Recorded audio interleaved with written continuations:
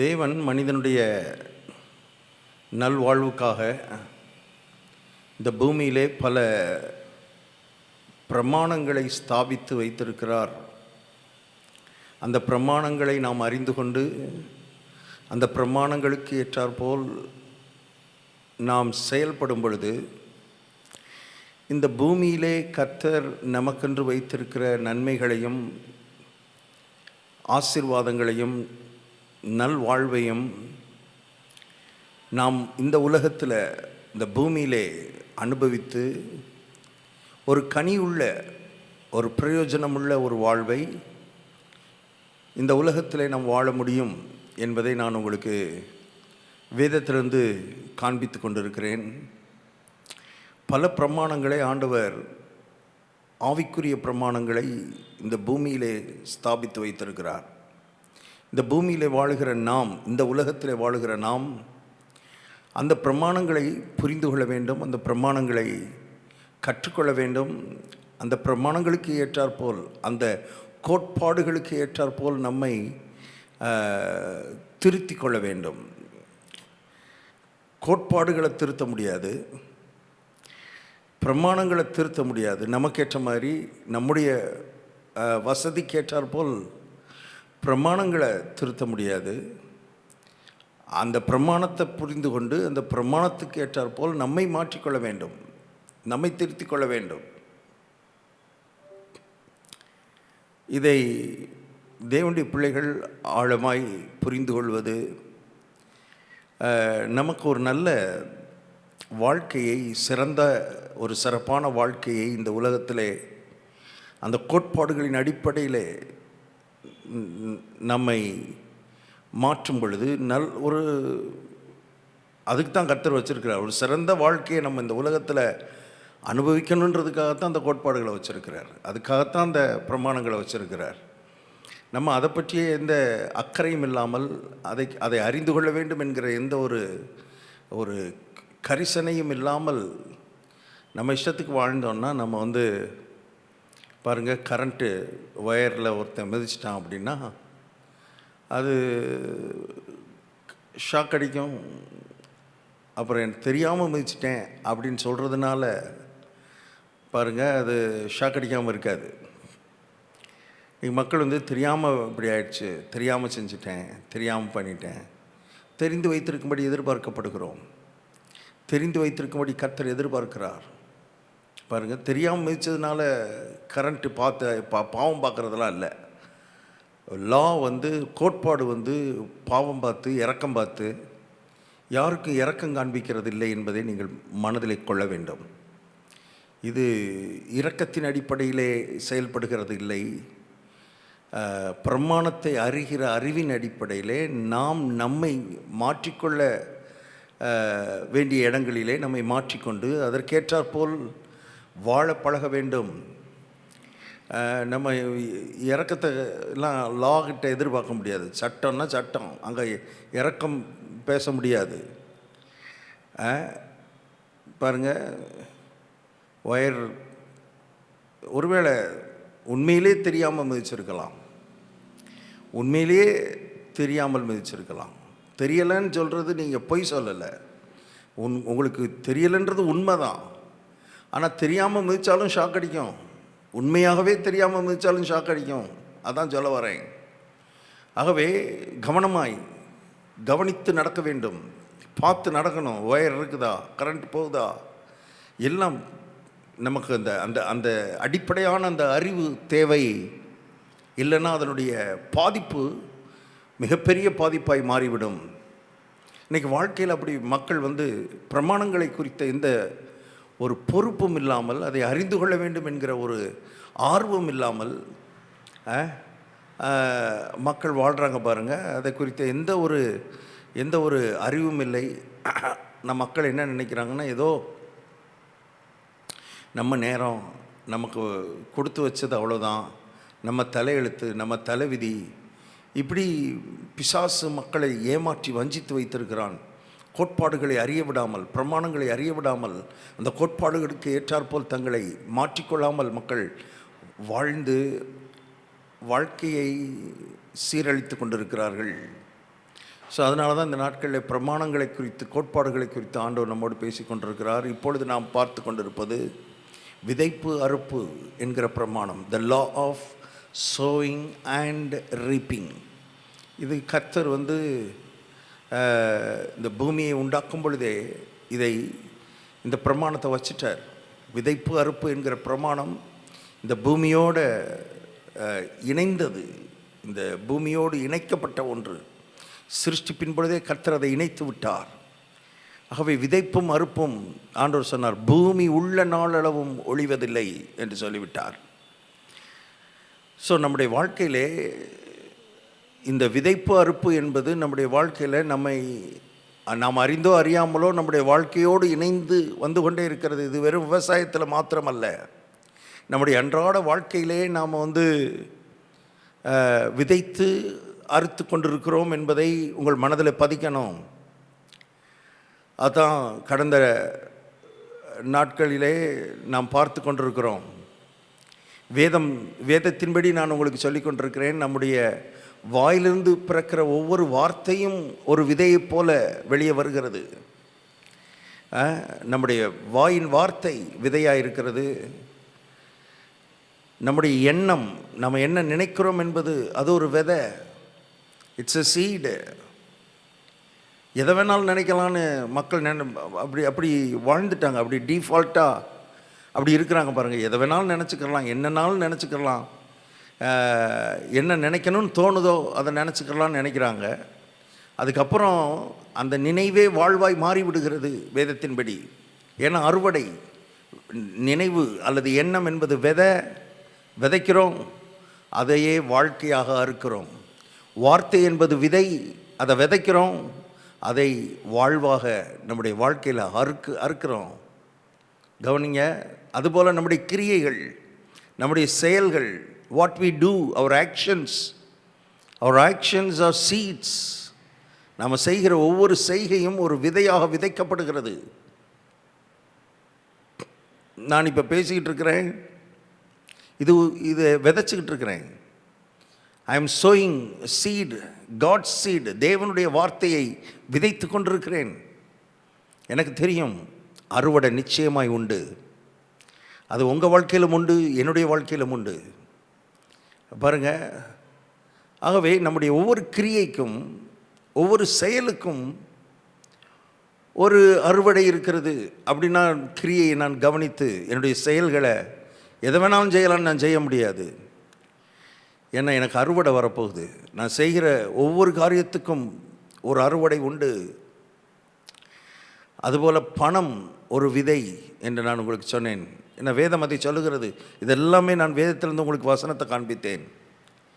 சிறுக விதைக்கிறவன் சிறுக அறுப்பான், பெருக விதைக்கிறவன் பெருக அறுப்பான். பணத்தை கர்த்தர் விதையாக நம்ம கையில் கொடுத்துருக்கிறார். அந்த 2 கொரிந்தியர் 9 எழுதப்பட்டிருக்கிறது, விதைக்கிறவனுக்கு விதையையும் புசிக்கிறவனுக்கு ஆகாரத்தையும் அளிக்கிறவர் என்று எழுதப்பட்டிருக்கிறது. ஸோ பணத்தை விதையாக வேதம் பார்க்கிறது, பரலோகம் பார்க்கிறது, தேவன் பார்க்கிறார். தேவன் அப்படி பார்க்குறாருன்னா அவர் பார்க்குறது தான் சரியாக இருக்க முடியும். தேவன் எப்படி பார்க்கிறாரோ அதான் கரெக்டாக இருக்க முடியும். அவரை போலவே நானும் பார்க்க விரும்புகிறேன், பார்க்க போகிறேன். அப்படி பார்க்கும் பொழுது அருமையானவர்களே, என்னுடைய பணத்தை நான் விதைக்க ஆரம்பிக்கிறேன். ஏன்னா பணம் விதைன்னு கர்த்தர் வச்சுட்டாருன்னா விதைக்காமல் நான் அறுக்க முடியாது. பணத்தை விதைக்காமல் நான் அறுக்க முடியாது. விதைக்கணும், நல்ல நிலத்தில் விதைக்கணும், தேவனுடைய ராஜ்யத்தில் விதைக்கணும், ஆவியானவர் உங்களை ஏவுகிற இடத்துல விதைக்கணும், உங்கள் சபையில் நீங்கள் விதைக்கணும். நீங்கள் எந்த சபையில் உங்களுக்கு போஷாக்கு கொடுக்கப்படுகிறதோ அங்கே நீங்கள் விதைக்க வேண்டும். விதைச்சாதான் அறுக்க முடியும். ஸோ இவைகளையெல்லாம் கர்த்தர் நமக்குள்ளே விதைகளாக வைத்திருக்கிறார். இவைகளெல்லாம் நம்ம விதைகளாகவே பார்க்குறதில்ல. நம்முடைய வார்த்தையை விதையாக பார்க்குறதில்ல. நம்ம நினைக்கிற நினைவை அது ஒரு விதையாகவே நம்ம பார்க்குறதில்ல. அதனால் நம்ம இஷ்டத்துக்கு வாழ்ந்துக்கிட்டு, நம்ம இஷ்டத்துக்கு அப்படியே தமிழில் சொல்லுவாங்களே, தான் தோன்றித்தனமாய் வாழ்ந்து கொண்டு அப்படி இருக்கிறதுனால நம்ம இஷ்டத்துக்கு இருக்கிறதுனால இஷ்டத்துக்கு எதெல்லாமோ நடக்குது வாழ்க்கையில், என்னென்னமோ நடக்குது, விரும்பாத காரியங்கள் நடக்கிறது, நாம் நினைக்காத காரியங்கள் நம்முடைய வாழ்க்கையில் நடக்கிறது. இது ஏன் நடக்குதுன்னு கேட்டால் உடனே நம்ம வந்து பிசாசை சொல்லுவோம், இல்லைன்னா பில்லி சுனி நம்போம், செய்வ நம்போம், எதையாவது தூக்கி பழியை போட்டு யார் மேலேயாவது பழியை போட்டு போயிடுவோம் நம்ம. இல்லைன்னா ரொம்ப ஆவிக்குரியவர் என்ன பண்ணிடுறாங்க, கர்த்தர் சித்தம், அதனால தான் இப்படி நடக்குது என் வாழ்க்கையில், கர்த்தர் ஏதோ ஒரு நோக்கத்தோடு என்னை நடத்துகிறார். கர்த்தர் இல்லைம்மா, நம்ம என்றைக்கோ விதைச்சோம், நம்ம எங்கேயோ எதையோ விதைச்சிருக்கிறோம். அதெல்லாம் கவனிங்க கொஞ்சம். அன்றாட வாழ்க்கையில் நம்ம சரியான காரியங்களை விதைக்கிறோமான்றதை கவனிங்க. சரியான வார்த்தைகளை பேசுகிறோமா, சரியான எண்ணம் நமக்குள்ளே இருக்குதா, சரியான எண்ணங்களுக்கு மட்டும் நம்ம இடம் கொடுக்குறோமா, நம்முடைய கிரியைகள் சரியான கிரியைகளாக இருக்கிறதா, இதையெல்லாம் நம்ம கவனத்திலேயே எடுத்துக்கொள்ளாமல் நமக்கு தவறான காரியங்களை நம்ம பேசி, தவறான காரியங்களை நினைத்து, அதனுடைய அறுவடை வரும் பொழுது அது நமக்கு அறுவடனே தெரிய மாட்டேங்குது. நம்ம யார் யார் மேலேயோ பழிய போட்டுட்டு போய்கிட்டே இருக்கிறோம். பாருங்கள், வாழ்க்கை அதனால் சித்திக்க மாட்டேங்கிறது. மக்களுக்கு வந்தது அவர்களால் அதை சரியான பாதையில் அவர்களால் செல்ல முடியவில்லை. அதனால தான் கர்த்தர் இதை நமக்கு போதிக்க விரும்புகிறார். ஸோ இந்த விதைப்பறுப்பு பிரமாணத்தை கொஞ்சம் டீட்டெயிலாக நம்ம தொடர்ந்து பார்க்க போகிறோம்.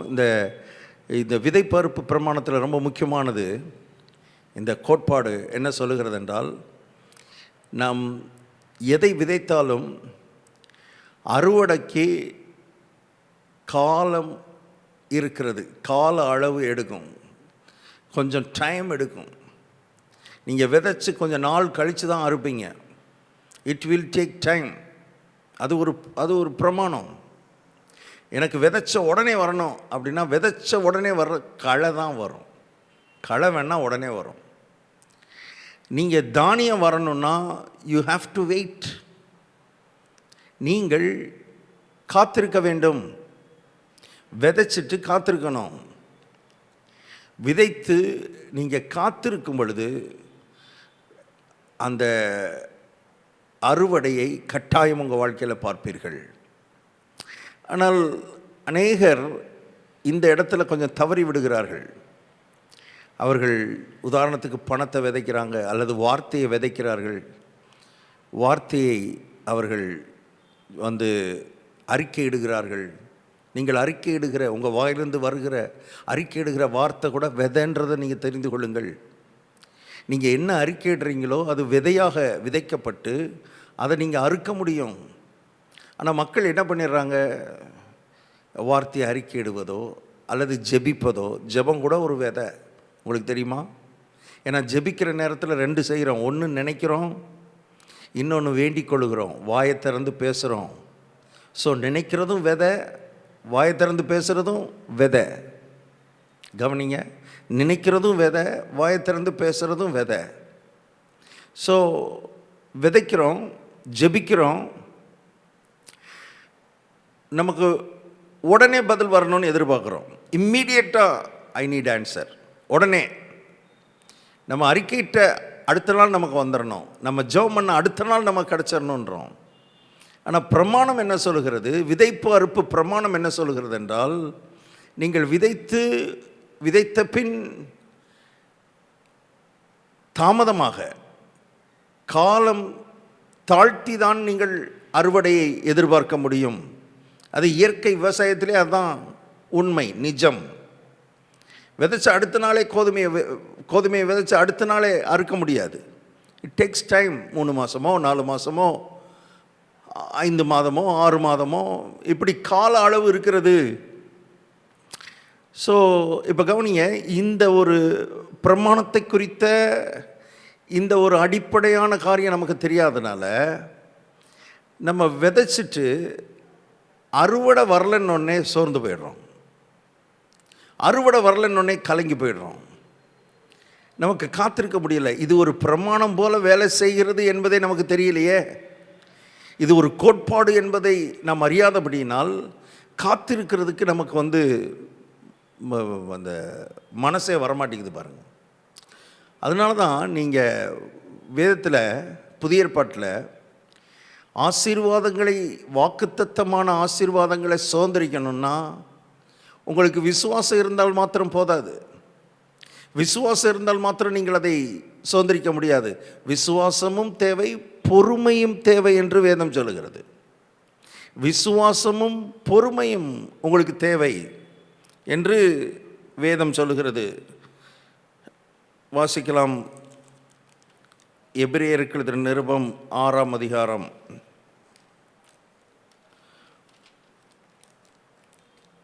11வது வசனம். நீங்கள் அசதியாயிராமல் வாக்குத்தத்தமான ஆசீர்வாதங்களை விசுவாசத்தினாலும் நீடிய பொறுமையினாலும் சுதந்திரித்து கொள்ள வேண்டும்.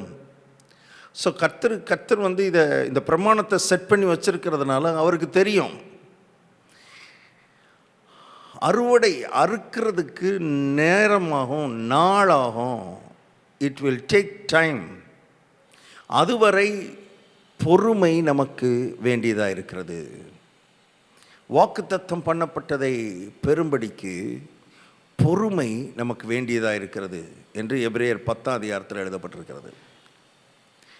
ஸோ இந்த விதைக்கிறதுக்கும் அறுக்கிறதுக்கும் நடுவில் கட்டாயம் காலம் எடுக்கும், நாள் எடுக்கும் என்பதை அறியாதபடினாலே, மக்கள் அதை அறிந்து கொள்ளாமல் இருக்கிறபடினாலே, உடனடியான அறுவடை எதிர்பார்க்கிறதுனால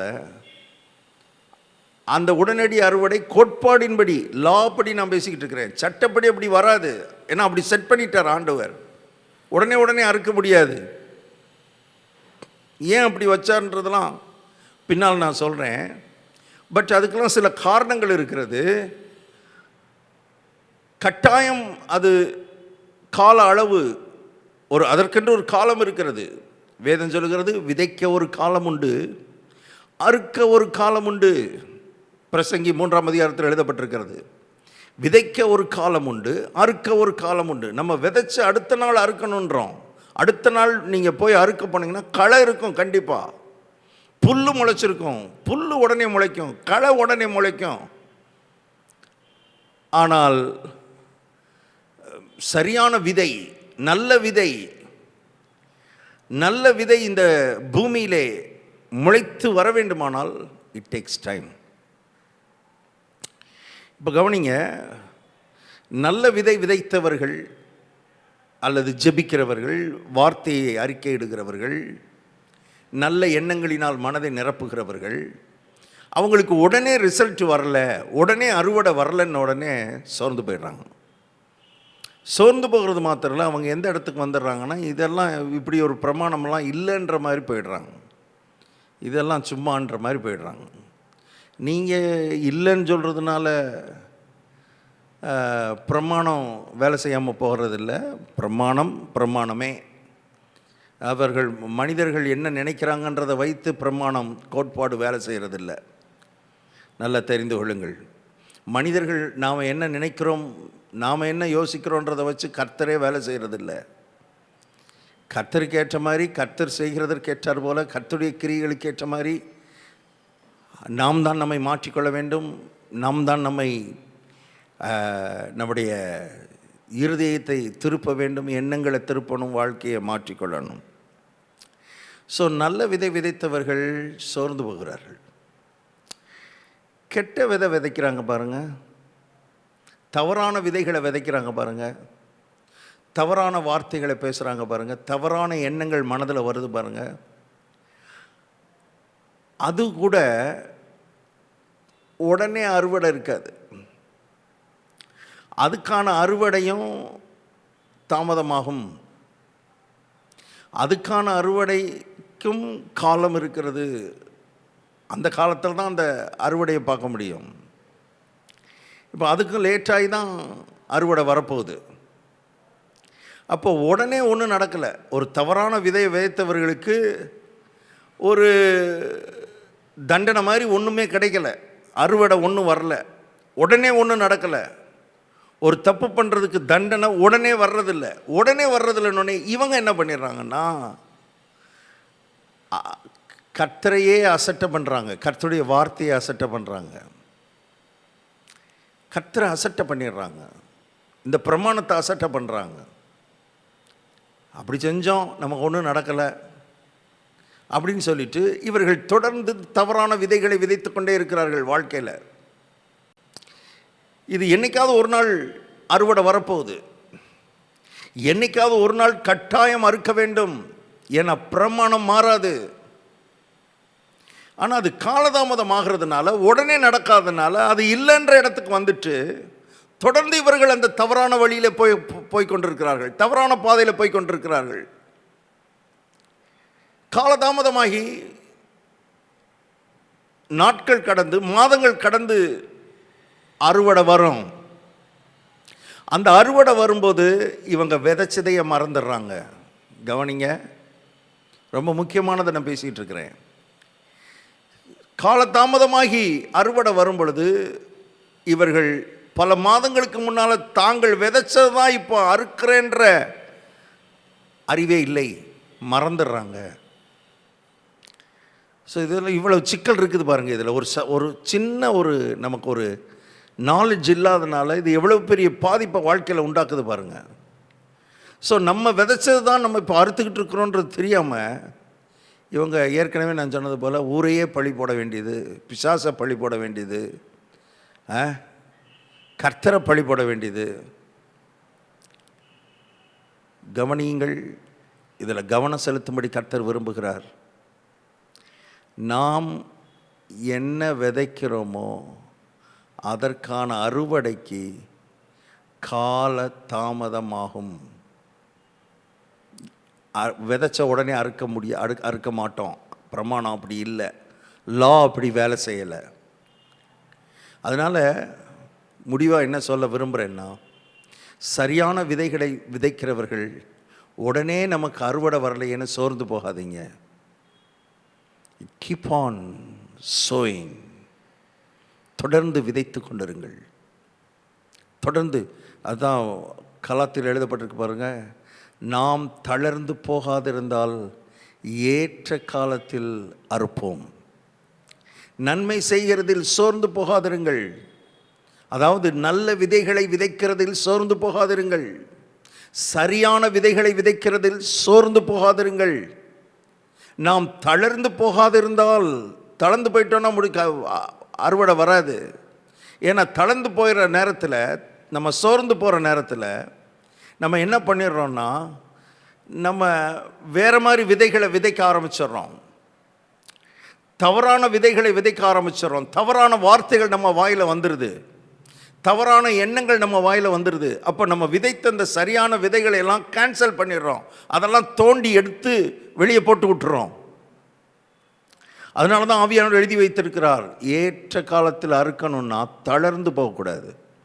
ஏன் தளர்ந்து போகக்கூடாது, ஏன் சோர்ந்து போகக்கூடாதுன்னா, நம்ம தளர்ந்து போகிற நேரத்தில், சோர்ந்து போகிற நேரத்தில் நம்முடைய எண்ணமும், ஏன்னா எண்ணம் ஒரு வேதனை நான் சொல்லியிருக்கிறேன் பாருங்கள், எண்ணமும் வார்த்தையும் வேறு மாதிரி பேச ஆரம்பிக்கும். கர்த்தருடைய வார்த்தைக்கு விரோதமாக பேச ஆரம்பிக்கும், கர்த்தருக்கு விரோதமாக பேச ஆரம்பிக்கும், அல்லது நமக்கு விரோதமாகவே நம்ம பேசுவோம். எனக்கெல்லாம் இப்படி தான் இருக்கும், எனக்கு ராசியே இல்லை, நான் என்ன செஞ்சாலும் நடக்காது, ஏன் ஜெபம் கேட்கப்படவே படாது, என்னமோ தெரியல, கர்த்தர் ஏன் ஜெபத்தை மாத்திரம் கேட்க மாட்டேங்கிறாரு. போச்சு போச்சு. சரி, இந்த தளர்ந்து போகிற நேரத்தில் இப்படிப்பட்ட வார்த்தைகள்லாம் வரும்போது விதைக்கிறோன்றதை நீங்கள் மறந்துடக்கூடாது.